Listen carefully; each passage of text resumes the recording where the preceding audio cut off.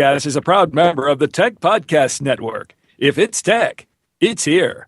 Listen to other great tech podcasts at www.techpodcasts.com.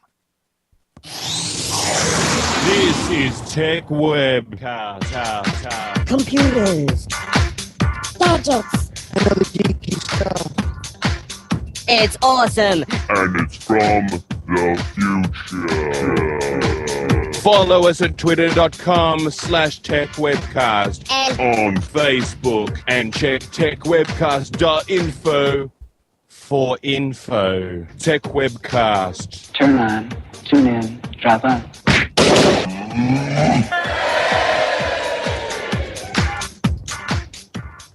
Welcome to episode 258 of the Tech Webcast podcast, recorded on the 28th of September 2013. Tech Webcast is recorded every Saturday and rebroadcast on Aussie Tech Heads on Thursday evenings at 7 p.m. Please rate us on iTunes and like us at facebook.com/Tech Webcast.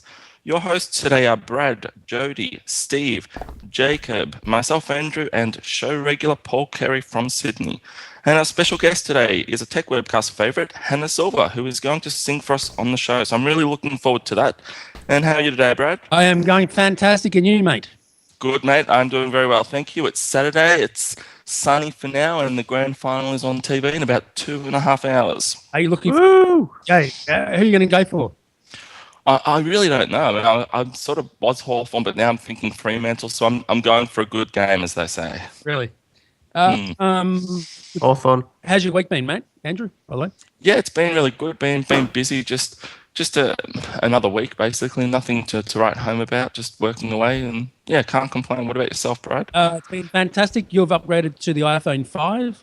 I have. I've got the iPhone 5. I have upgraded to your old phone, I believe, and I'm enjoying it very much. It's a great handset, and I know a few people have got the 5S. Yes, the 5S rocks. What else has been happening? Any news with Zafo, Andrew, at all you want to report on that?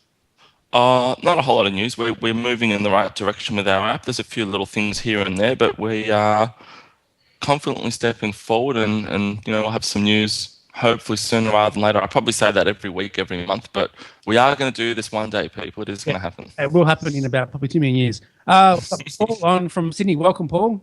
Hey, how you going, Brad? Good to have you back on, mate. You got a new app out. It's been updated for iOS 7. Yeah, it just got updated a few days ago, so yay.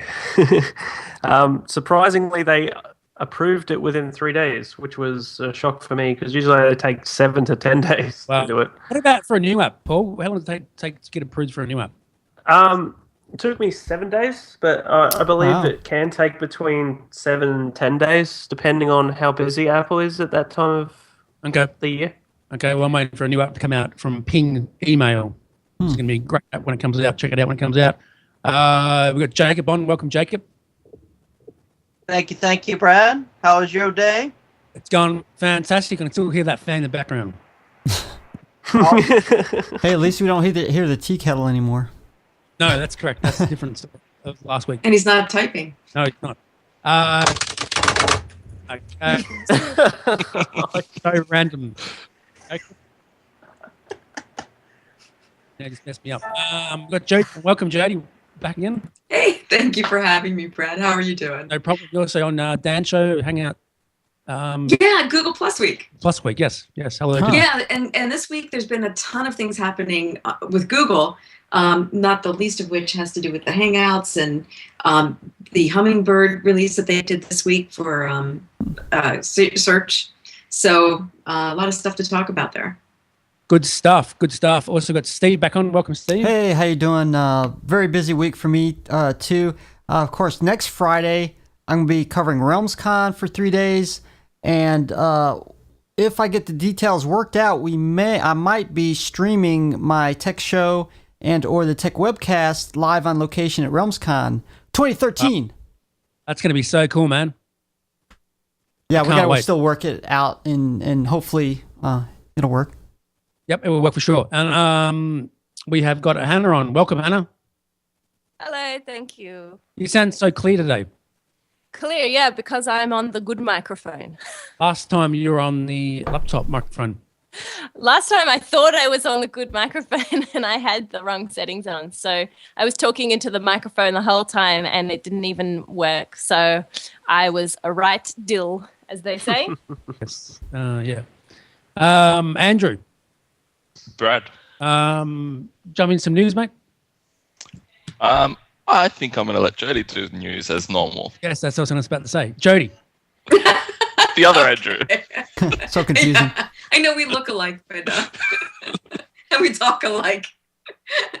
Okay, well, this week we have some interesting news about ride-sharing companies, which are not going to shut down in Seattle. I guess you didn't know that they were contemplating shutting down, but apparently ride-sharing startups like Sidecar, Lyft, and UberX can continue to operate in Seattle without regulation for now. The Seattle City Council Committee on Taxi for Hire and Limousine Regulations discussed possible elements of a permanent overall regulation reform package and what rules should be made in the interim. I'm not really quite sure what this has to do with Tech Webcast. That's it. I think we're. Yeah. Who put this? What's that? Who put this in the show notes? Jacob, can I ask why this story was so cool, mate? Because don't you use Ride app, something like that, on your iPhone to get a taxi? No, I don't, mate. I do not use that app. Whatever. So let's. Australia doesn't even know what ride sharing is yet. Yeah, that's just random. Jacob, please do not add that we do not know about. Okay. Okay. Well, I mean, it could be interesting. Okay. If it had to do with the Google cars and like the way that they Drive themselves. can drive without a driver, right? That would have been cool. Hell yeah, that'd be fantastic. Right? Yeah, for sure. Yeah. Yeah, definitely. So okay. There's a lot of conjecture about that whole thing, but okay. In other news, Stir's Kinetic Desk is a standing desk that learns your sitting habits and moves when you need a break. So apparently, if Apple were to build a desk, it would look kind of like this desk does, much like Nest, maker of the world's sexiest thermometer. Stir is a company that is founded by someone who worked on the first iPods, and it too is trying to make a mundane household item fashionable. In this case, of course, the product in question isn't a thermostat or even a home appliance, but it is a standing desk. It's a kinetic desk. Supposedly it's going to ship in the first half of 2014. Now get this, it has a thermal sensor that can tell when you've arrived, and over time, it learns how long you prefer to be on your feet before taking a break. To lower the desk over its 26-inch range, you double tap the built-in touchscreen located on the left end, and from there you can set goals, like standing for 25% of the day. You can see how many extra calories you've burned, monitor how much time you've spent sitting. So it's a kinetic desk. Sounds good. Yeah. Sounds good. Yeah. Is there a price on that desk, JD? Let's see. It looks like it's only $3,890 and up. Okay, is that all? Starting price. I guess buy many of those. It's like getting a car, but different. Can we backtrack a moment? Can we backtrack? Jody, did you say in your report there that there was a company that had made the sexiest thermometer? Apparently. Is that what you I was actually said? about to Google that because that's... Because I'm like, well, okay, that makes sense. Because if you've got to take your temperature and you've got to stick it up your ass, at least you want something that's going to look sexy, right? You know what, Hannah? I know very little about the sexy thermometer, but apparently... They might be talking about the thermostat for the house. I don't, maybe. Yeah, it is a thermostat. It does say world's sexiest thermostat. Oh. Oops. But that's okay, Anna. We know where your mind went. That's okay. I just got confused. That one would hurt.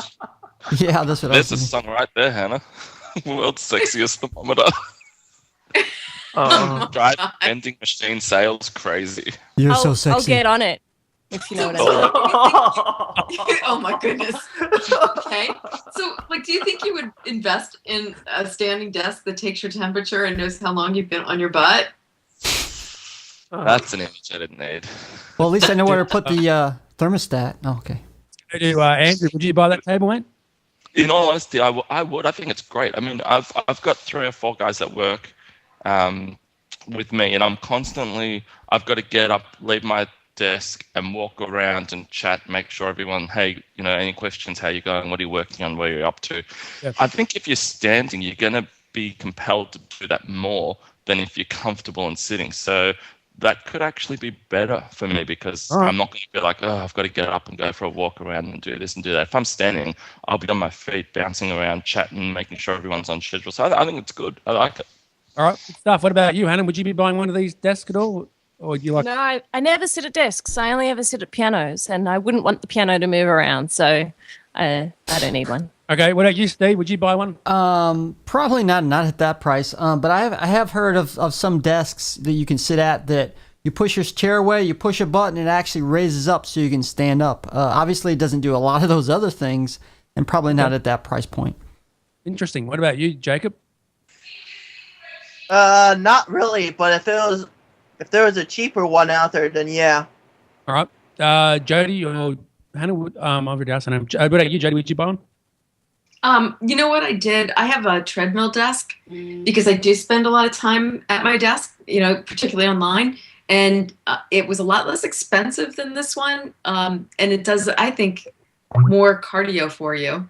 I'm not sure. All right. So, yeah, it seems like a little bit of a hefty price tag. I'd rather buy another motorcycle. I think the price is way prohibitive. It's too much for just rip off. What about you, Paul? Would you buy one? If it did a little bit more, like had an actual computer screen built in or something like that, I think it would be worth it. Yeah, I would agree with that. Add some more tech stuff in it. Okay, Jay, next story.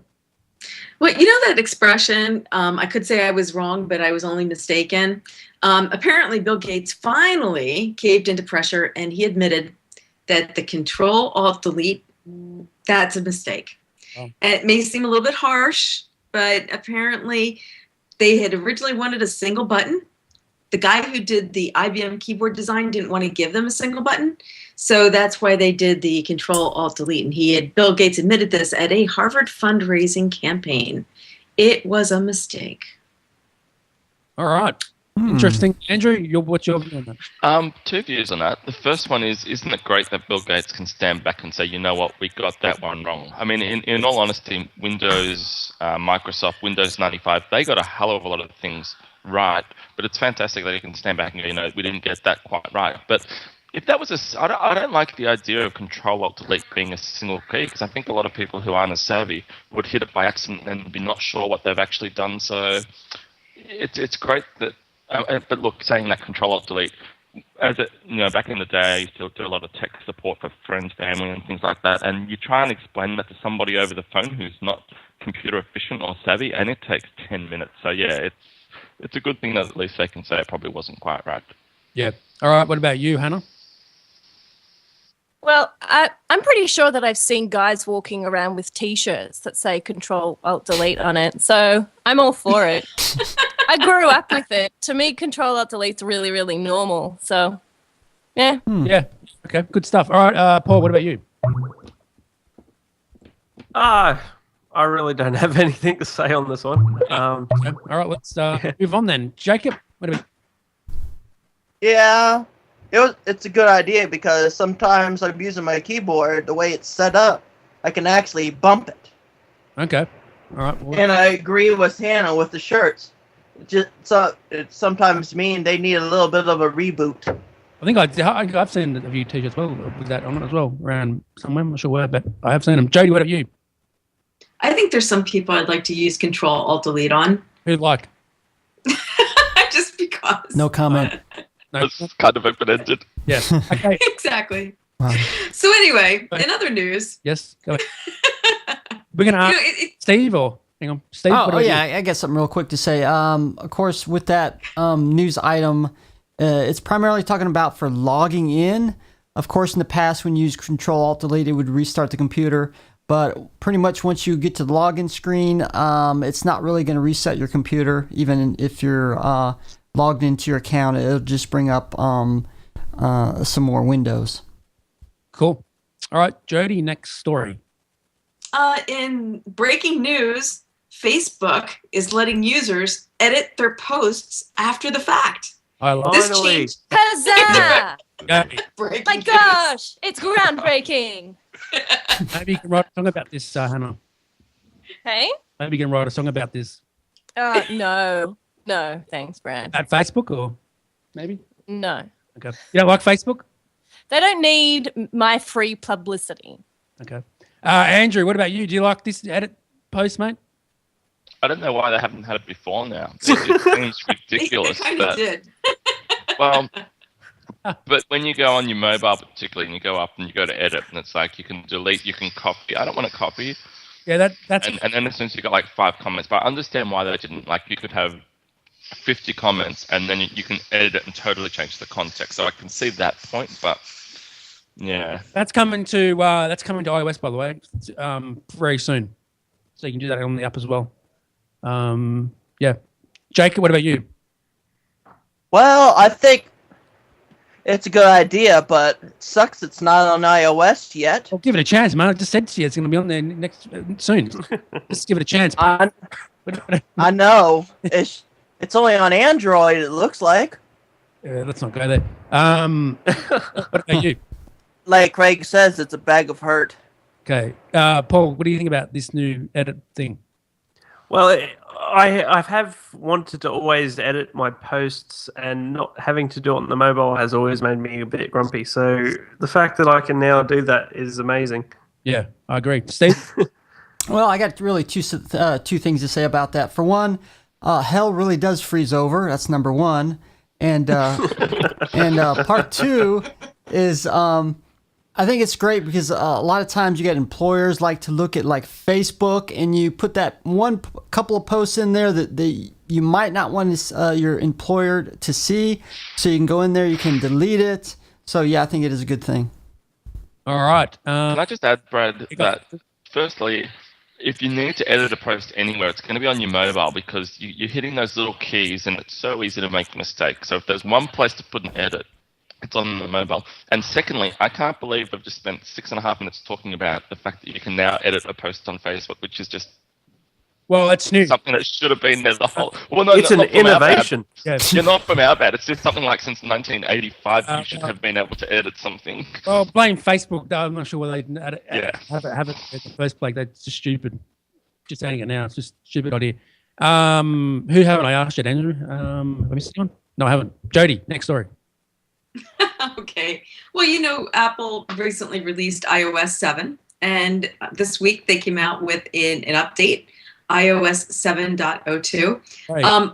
Not in this story, but in other news, there have been some reports of people who are they feel like they have some vertigo from looking at the screen, the way the icons fly in.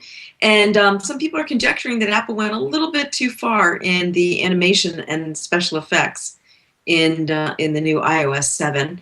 The new update, it took a lot less time for me, at least, to load. But what it does, apparently you could bypass the lock screen and get into the information. So it fixes that bug.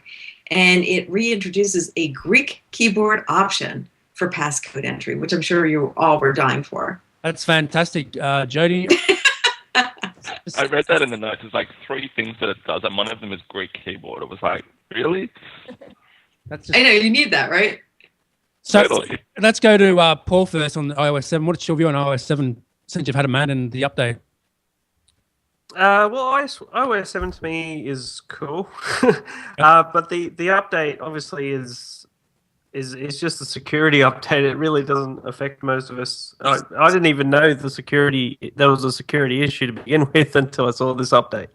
So what do you think about all the new security things that are coming up about iOS 7? Do you believe it or not? Well, they're going to find things around it. Like, they're going to try to figure out ways to get around it and all that sort of stuff. But I read one that was interesting a few days ago, something about it's impossible to cut off a severed finger and actually unlock an iPhone.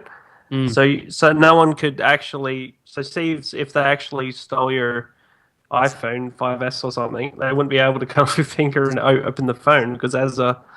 Was it a bio... it somehow detects that there's movement under your skin. So if there's no blood flow, it won't scan your Seriously? finger. Yeah. That's disgusting. That's really. That's what my test sorry. Biometric or something. Biometric. Okay. Yeah. Well, I guess I can give him his finger back now. All right, Andrew, what about you? What's your view on this? I'm just a little surprised that the iOS 7, I don't know if it was just me, but it felt like they did a whole lot more beta testing. A lot more people had access to it. So I'm kind of surprised with the lock screen and the security and things that a couple of things weren't noticed sooner in what looked like quite an exhaustive beta process. So I'm a bit surprised that there were a few things there that they let slip. Hey, mate, we were in a hangout the other day with me, Jacob, and Craig and Vincent. You should have heard the argument with Vincent. I was in there. I was in that hangout. Oh, wow. Oh, you were? Okay. You were, okay. Man, that was fun. It was pretty funny. But at the end, Craig and Vincent both sort of smiled and said, wow, that was cool. You know, they had totally differing opinions, so it was great that people can have a differing opinion. Exactly. And sort of be like constructive at the end and off you go. Exactly. Jacob, what about you? What's your view on this? Well, I like any update. It just makes it better and faster for me. So are you an Apple fanboy now or not? Yes. Good stuff. Jody, are you an Apple fan? I know you are, but you have iOS 7? Yeah, I have iOS 7 and 7.02, and I didn't really see a big difference. You know, I ordered the new phone, and it's kind of funny, I guess, in my humble opinion. The new operating system is cool. I have a 4S right now, and it, in my opinion, again, it runs a lot slower on iOS 7.02 now than it did on the previous version. Well, it's kind of neat that Apple is offering these upgrades to people with older technology. I think it also points out the fact that you need to upgrade your device, because if you want to stay current and stay, you know, able to do all of the new apps and all the things that are coming down the pike, you really need the better technology. And the 5S is screamingly faster than the 4S. Definitely. Andrew, did you notice any difference when you went from the 4S to the iPhone 5 with side stuff? Or? Yeah, I did. It's definitely quicker. I mean, the 4S really, for me, has been a fantastic device, but certainly, as Jody just said, there's a big speed difference, even from going from the 4S through to the iPhone 5 that I felt. And as you said, Jody, I mean, it is one great way of getting people to move on from older technologies. I mean, my technical developer is actually still running an iPhone 3G, so he's got, I think, the 3GS or something. So he's getting my old 4 or 4S, but he said it does what he needs. And the thing is, he said, yeah, it runs a little bit slow, but he's never used a 5, so he doesn't know what slow is, because to him, that's just how his phone runs. I think he's still on iOS 5, so that's just how his phone works. Yeah, it's unbelievable. Good on him. So next thing, Andrew, we need to get you off Vodafone onto Telstra.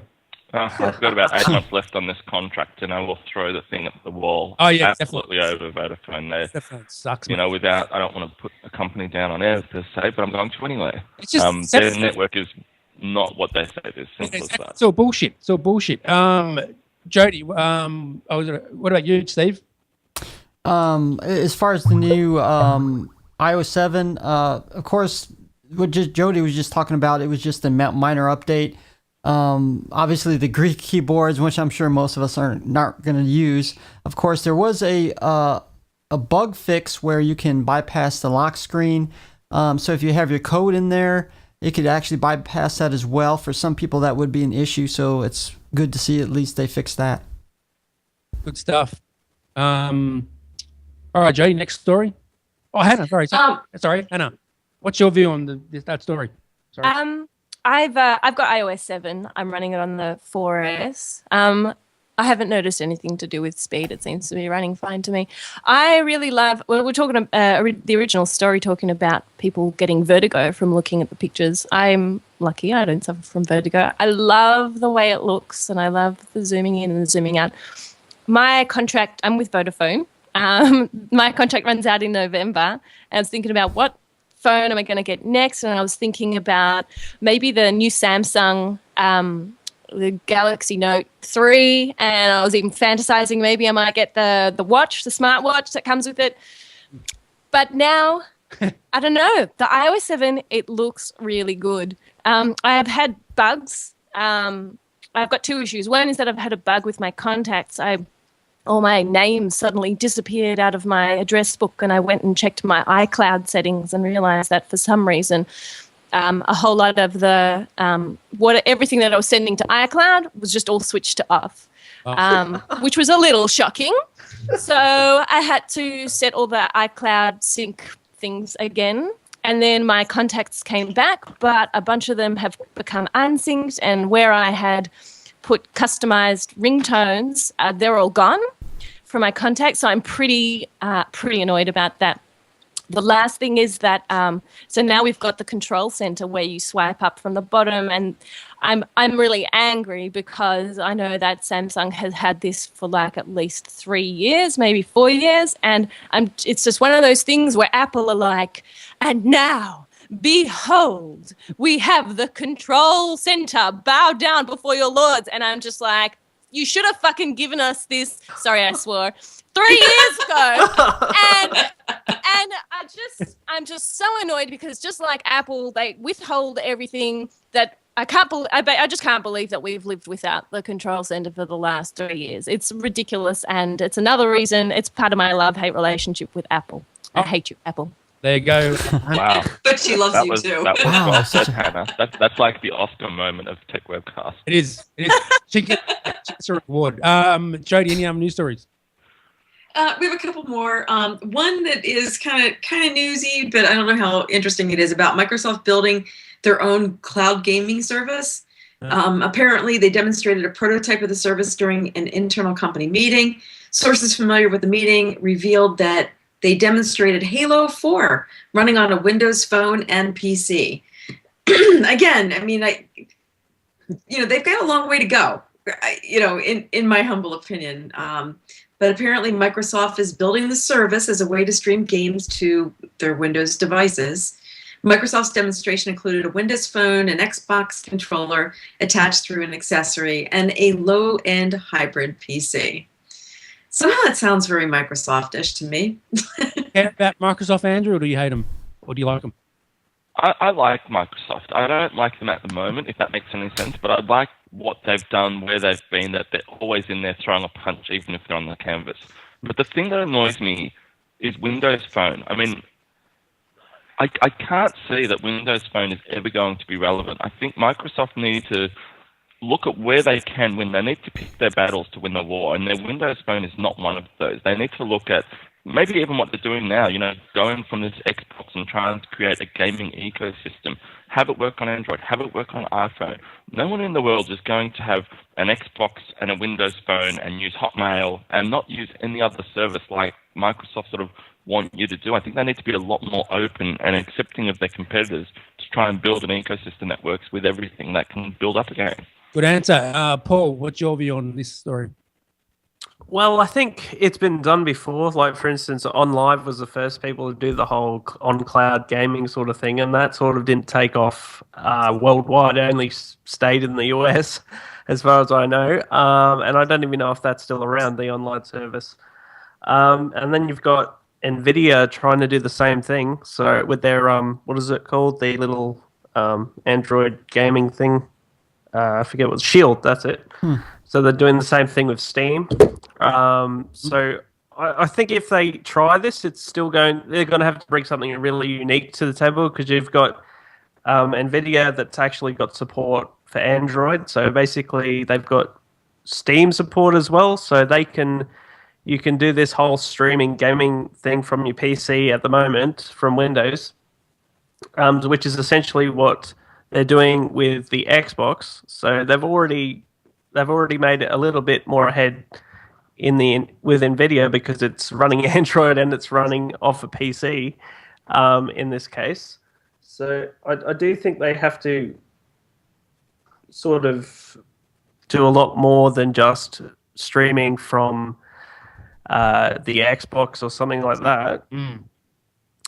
So there's a long way to go with Microsoft. And Microsoft, they do something, then they go for it, and then at some point they fail. For instance, what's a good example? Zune. You've got other things. Yeah, tablets, Surface, Windows 8. with RT on it. They all in my book. I hate it. So, what's your view on the iPhone 5S you got the other day, mate? Is it your main iPhone now or what? Or HTC One? I still switch between them. It's sort of really hard to focus on one at the moment. You came back to Apple for full time. Sorry? How come you haven't came back to Apple full time? Well, mainly because I'm trying to test Android applications, so I'm mainly using the Android phone for testing applications that I. Sorry? I said, cool. That's good stuff, man. Good to see you using both. Steve, what's your view on that story? Of course, Microsoft has done cloud computing before, actually quite well on some of their services like Azure, which is really kind of transparent because they also sell cloud services to other companies like Apple for a lot of their downloads and so forth. Of course, computerized gaming, that's totally different, and a lot of stuff that Microsoft has done recently in the past hasn't worked out. I have to see how they're going to implement this cloud-based gaming system.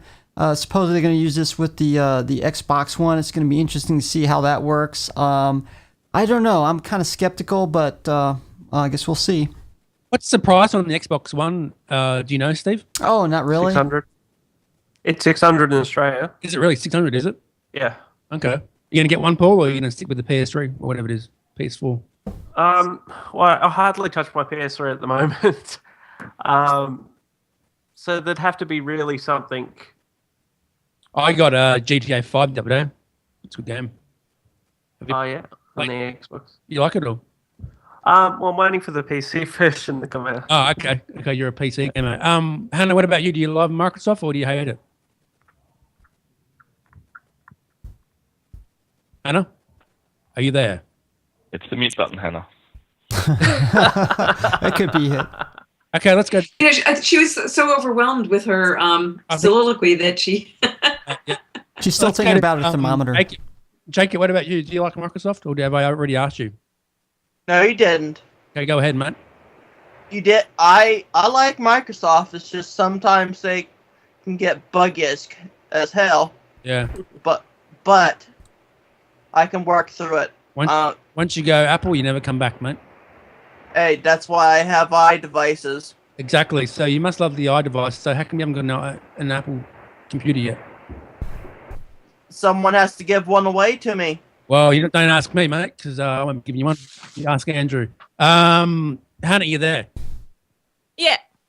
What's your view for Microsoft?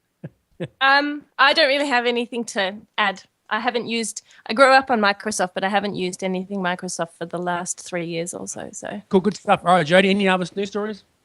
Well, I mean, probably in the biggest news of the week, Google celebrated their 15th anniversary.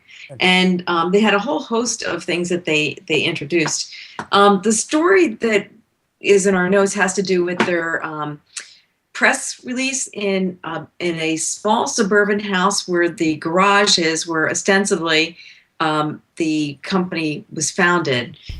So, well, that's an interesting story. I think what's even more interesting is all of the innovations that were announced, that Google announced for celebrating their 15th anniversary. They have 41 new features. They have some impressive stats about the popularity of their applications. They even had a Q&A session with Larry Page.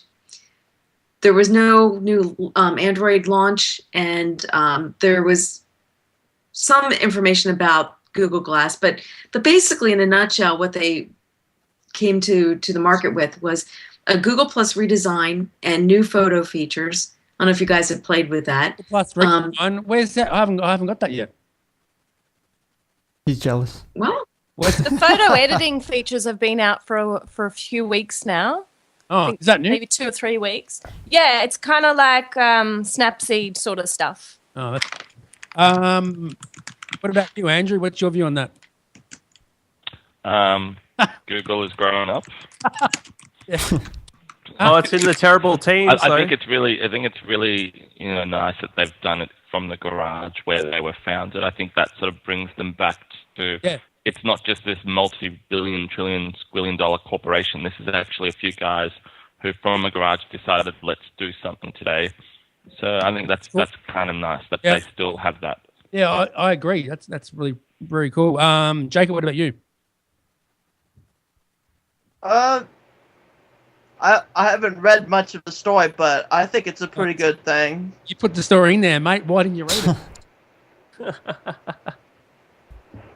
Well, I read some of it. Wow. Okay, well, you know what? I think, though, that the biggest announcement, the biggest change right now that they announced has to do with this thing called Hummingbird. And this is a new knowledge graph. About 2 weeks ago, they had shut off the keyword tool. And now you can't really get information, like you used to be able to go in and find out how many searches there were. Well, they kind of shut that down, and now it's completely shut down. You can't get the information of what words people were searching for. So, and they also changed the algorithm, but they're moving towards this concept of semantic search, which is fascinating. Remember we had David Amerland on at one point, and he talked about it. Well, evidently this is really the huge change that Google's moving towards. And it's kind of interesting if you think about the fact that they're shutting down this information source that, for years we've just kind of relied upon being able to, as an SEO, to figure out what searches people are doing. Well, now you really, if you don't have that, then you really do have to be forced to share information that is relevant and, important to people. So anyway, that was the Hummingbird thing is the biggest thing of their announcement. Okay, so you're saying Google Plus is getting a redesign, or was just part of that photo stuff? There are a few things with Google Plus, but really the big thing is this search change and algorithm change, and this Hummingbird change that they moved out. So what's happening with people who have business websites? They're all kind of in all the like the Search Engine Land and the Search Engine Roundtable. All of the search industry is kind of shuddering in horror because it's like, wait a minute, we've counted on this information for years, and now suddenly it's not available. What? So what basically this Hummingbird is, as you sort of said, Jody, people type in, like a business might want to put themselves up on Google, and they type in what the keywords are, and it will tell them how many people are typing in those particular keyword searches. So then they say, okay, when someone types in that word, we want to come up at the top as the paid sort of advertisement. So as you said, Jody, this Hummingbirds means that they're not going to know what the high keywords are. So they might go paying for keywords that aren't being used. That means that their budget's not going to come down. They're going to have a lot of budget left, but it might also mean that it's going to massively impact their sales if they're going after keywords that don't have any activity. Now, mind you, that's all organic search, but paid search, they still will have the information available. Okay. All right, cool. That's good. Any more news? That's it. That's it. Let's get into some music with Hanna Silver. Yay! I love What have you been up to of late, Hannah, since we last had you on the show? She fixed it. Well, let's see. I can't remember exactly when it was, but I've had my EP launch. Yeah. So the EP is out, called Let's Visit the Seaside. The song I'm doing today is not from Let's Visit the Seaside. But I had some amazing feedback, actually, if you might allow me to brag for a moment. I've had some radio play on Triple R, which is really cool. Thanks to Chris Gill and Johnny Topper for playing me. The coolest thing that's happened with my EP, which in case you don't know, an EP is like a mini album. This one only has 5 tracks on it. There's a guitarist, his name is Elliot Randall. He's something of a legend, even if you don't know who he is, you've actually heard his playing. He played with Steely Dan, he played the solo on Reeling in the Years and a bunch of other tracks. And you guys know the song Fame? Fame, I wanna, that song? Yeah, we know. Absolutely. He played the guitar solo on that as well. So he's just played with everybody. Wow. So he's a total legend, and I sent him my CD because we're internet friends. Actually, he's on Facebook and Google Plus. You can look him up, Elliot Randall, and buy his music. And and he wrote and said how much he loved it, and so that was amazing. Yeah. That must be really cool knowing someone like him who's obviously been in and around music and in circles, likes what you're doing. That's a huge, tick when they would go through a lot of music and hear a lot of things. So that's really fantastic. Yeah. Yeah, I was pretty excited when that happened. Definitely. Now, So where can we get your EP, Hannah? can I ask a question? Sorry, Brad. What's the music you get into, mate, by the way, just before we get into Hannah's music type for you? Say that again? I was just asking Andrew, what's the music that you listen to? I basically listen to any kind of music. The only music that I particularly don't like is country music. Okay. I listen to rock, classical, pop. Rock is probably my favorite. But Okay, cool. Good stuff, mate. Let's go back to Hannah. What about you, Hannah? What music do you get into? I mainly listen to old music from the 60s and 70s and 80s. Yeah, I just sort of find it difficult to hear modern music that I like or is doing something new. So usually I hear modern stuff. I hear what people are doing today and I go, oh, that sounds like that music that I like from the 60s. So then I just go and listen to the music from the 60s. So you're a Gold 104 girl. I do listen to Gold. Yeah, that's right. Bit of Gold. It's a shame. I've got some friends who are actually at a barbecue here today for the grand final. Oh, yeah. They listen to really sort of out there music, like crazy stuff. But when they get in the car, they listen to Gold. They love the oldies in the car, but you come back into the house and it's all sort of really off to the side. And it's just weird. None of our friends group can work it out. All right. Good stuff, Andrew. Jacob Jones, what about you? What music do you get into, mate, before we start getting into Hannah's music? She sings. Go ahead. Everything but opera. Okay, good stuff. Steve, what about you? Because you used to play in a band, didn't you, mate? Oh yeah, it was a long time ago. Of course, for a very long time I had been into rock and heavy metal back in the 80s. Now it's kind of changed. I kind of flipped in more into jazz music. I still, of course, listen to rock occasionally. Yeah, all good music. What about you, Jody? I like kind of like pop. But I also like kind of it's not really country western, but it's like what do you call it? Like country pop, I guess. I don't know. Okay. Yeah. And rock. That's cool. Yeah, I'm a bubblegum girl. Stuff. Eminem's coming to Australia. Andrew, did you know that? No, I didn't. But I don't mind Eminem. I don't know if I'd go to a gig, but I don't mind his music. I love his music. Okay, Hannah, let's get into some music from you then. Okay, so I think Andrew asked before, where can you get my stuff? You can either just listen or buy at hannasilver.bandcamp.com, and just be aware that Hannah, just to confuse you, is spelled Hanna with no H on the end. Yeah, and you'll find me everywhere. I'm everywhere like a plague on the internet. So Google me and you'll find me. So today I'm playing a song that I wrote not long ago. It's called Super Sky.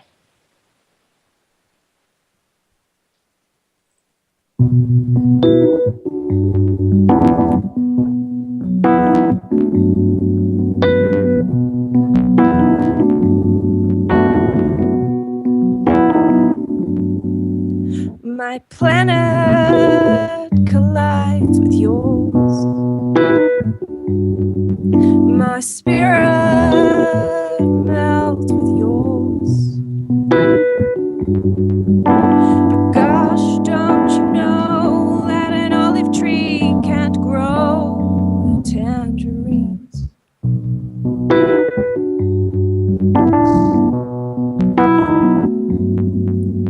My fire flies with yours. My sound lies with yours.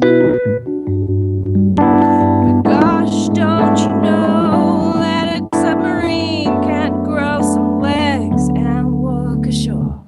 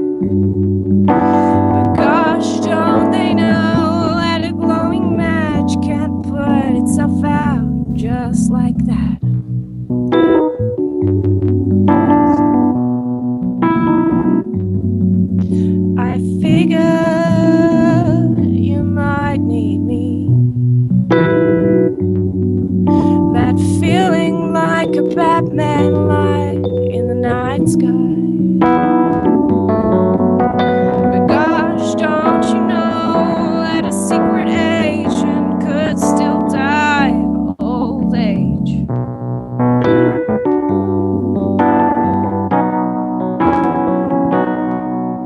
You're my super sky. You're my endless flight. You're my sword and hero. You're a bird free and a menagerie. Oh.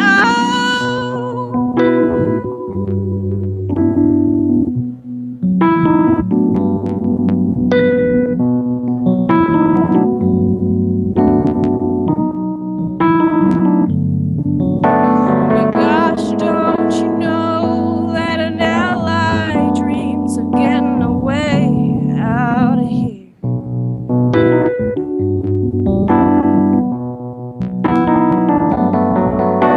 But gosh, don't you know that when all's said and done, I'll disappear.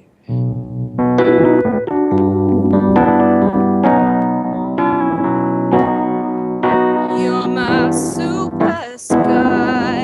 You're my endless flight. You're my sword and hero. You're a bird free and a menagerie. You're my super sky. You're my endless flight. You're my sword and hero. You're a bird free and a menagerie. Oh.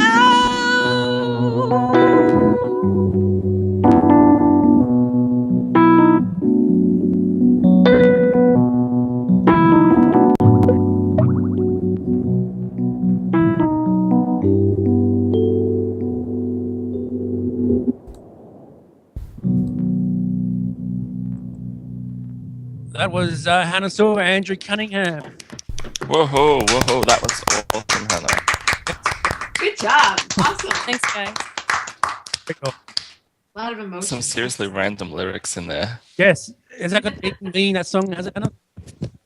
Meaning. Yeah. When I write lyrics, I like letting words come to me, and if it sits well, I use it, and I figure out what it means later. Well done. Great song. Andrew, what do you think?